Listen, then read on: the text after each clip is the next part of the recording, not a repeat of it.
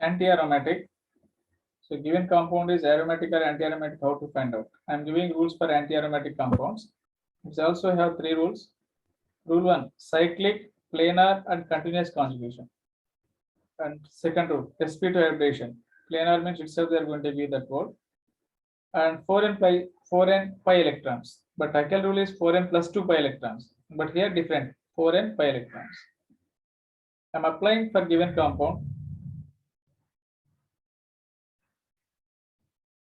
Just you can find out, sir, first point. Cyclic compound, first point is acceptable. Second one, each carbon sp2 hybridization, it's also acceptable. And third point, how many pi electrons are? 4 pi electrons. N equal to, the things you can write 1, 2, 3, and so on. So 4 pi electrons. So it is also acceptable. So it is anti-aromatic in nature. What's its character? Anti-aromatic in nature. So we are writing here, sir.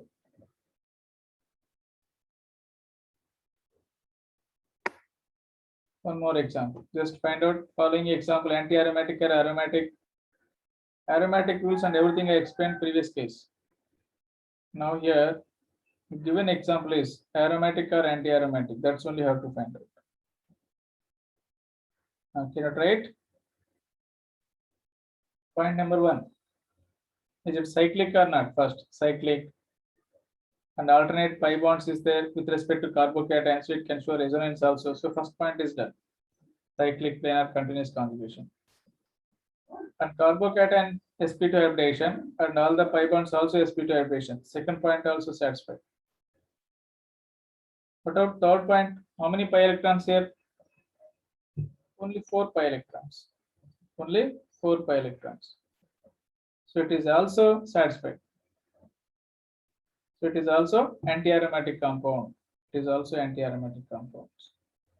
And non-aromatic is there, which is not following aromatic and anti-aromatic rules. That's we call non-aromatic.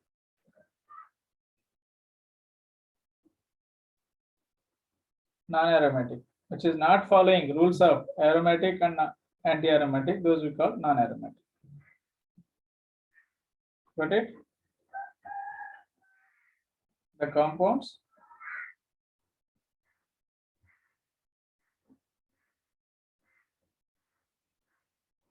Which do not follow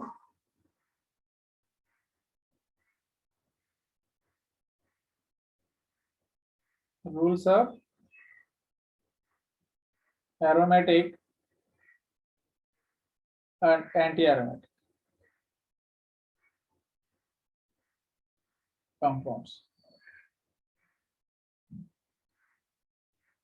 So aromatic rules already given previous case. Now anti-aromatic also provided. For example, this compound is aromatic or anti-aromatic, non-aromatic or anti-aromatic. You have to find out.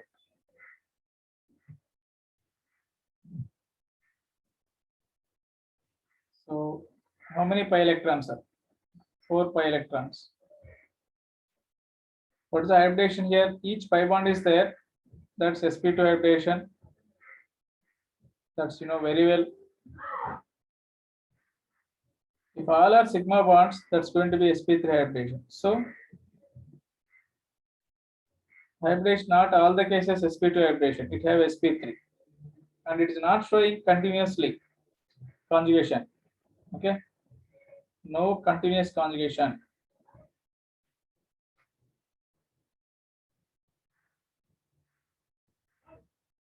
Got it? No continuous conjugation. And if sp2 is not there, they are not trying to stay in the plane. They are not going to be stay in the plane. Got it? So finally, I am going to be give this as non-aromatic.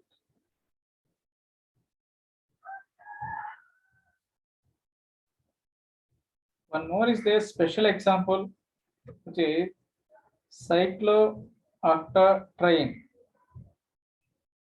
This is a special example, sir.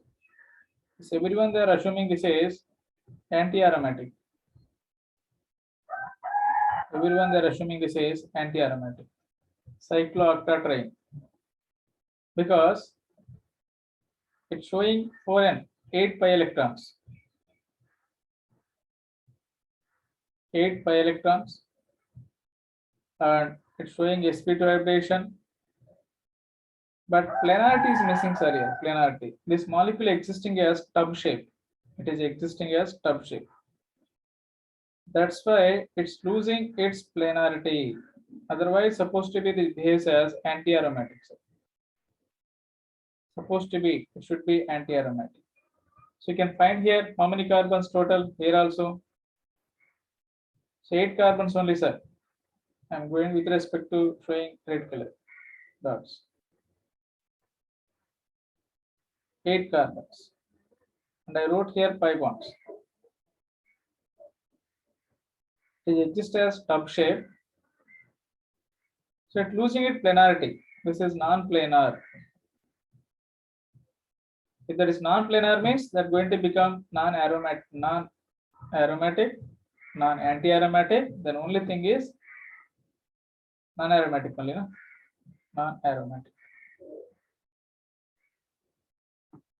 This is special case for non-aromatic. Then out of 3, we have that one aromatic, anti-aromatic, non-aromatic, which is a stable one, which is the least stable. Stability. This is the highly important point. Stability of compounds. First priority, we are providing aromatic compounds. Next, non-aromatic. Next, anti-aromatic. So, no one compound try to become anti-aromatic, sir. They will try to become aromatic, or at least they can stay non-aromatic. But wantedly, they won't become anti-aromatic because that is less stable. So this is the basic point we are applying when you are solving problems. For example, here I am giving one question, small question. Then, which of the following readily undergo dehydration? You can apply dehydrohallucination, dehydrogenation, all the terms you can use it because it depends upon question that is, but I am using dehydration. Here this the answer means double bond OH. One this is. And second I am giving here OH. Out of these two, which undergo dehydration ready? Dehydration means water elimination. You can take water, then you can remove HOH. Suppose after removing water, what I am going to get products are here. After removing water, I am getting like this. Same thing, after removing water, this I am going to get here.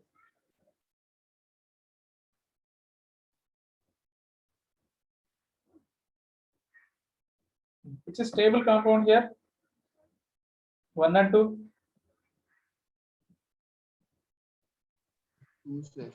2 is stable because aromatic in nature, this is, but this non-aromatic. So which we are getting stable product that can participate easily in the reaction. After getting product that is stable. Got it? Here stable product I am getting this aromatic.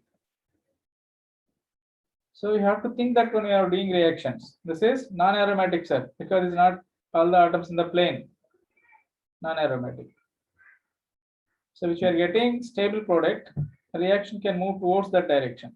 That is feasible according to thermodynamics also. So answer is second one is can participate readily in dehydration. So based on aromatic character, we have different type of questions also.